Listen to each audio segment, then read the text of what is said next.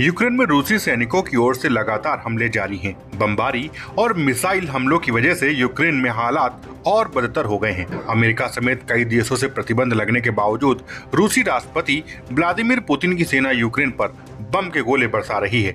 इस बीच यूक्रेन की सरकार ने भारत समेत दुनिया के कई देशों की सरकारों से रूस के खिलाफ नए प्रतिबंध लगाने की मांग की है। रूस के खिलाफ नए दौर के प्रतिबंधों की मांग करते हुए यूक्रेन के विदेश मंत्री दिमित्रो कुलेबा ने शनिवार को भारत सहित कई देशों की सरकारों से रूस से चल रहे संघर्ष को रोकने की अपील करने का आग्रह भी किया। यूक्रेन के विदेश मंत्री दिमित्रो कुलेबा ने एक टेलीविजन संबोधन के दौरान रूस पर युद्ध विराम समझौतों का उल्लंघन करने का आरोप लगाया। उन्होंने विदेशी छात्रों सहित वहां के आम नागरिकों को निकालने की अनुमति देने के लिए गोलाबारी बंद करने का अनुरोध किया। उन्होंने कहा कि हजारों विदेशी छात्र यहाँ रह रहे थे। सरकार ने उनकी सुविधा के लिए ट्रेनों की व्यवस्था की, हॉटलाइन स्थापित किए और कई देशों की दूतावासों के साथ काम किया। यूक्रेन के विदेश मंत्री ने दावा किया कि रूस उन देशों की सहानुभूति जीतने की कोशिश कर रहा है जिनके यूक्रेन में विदेशी नागरिक हैं।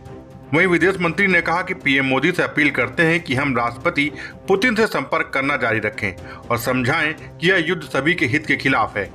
विदेश मंत्री दिमित्रो कुलेबा ने आगे कहा कि अगर रूस विदेश से छात्रों के मामले में दखल करना बंद कर देता है तो उन सभी को सुरक्षित निकाल लिया जाएगा।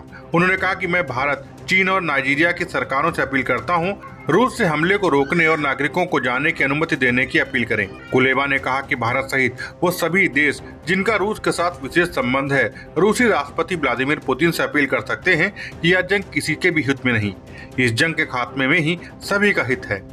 Bureau report, Dastak times.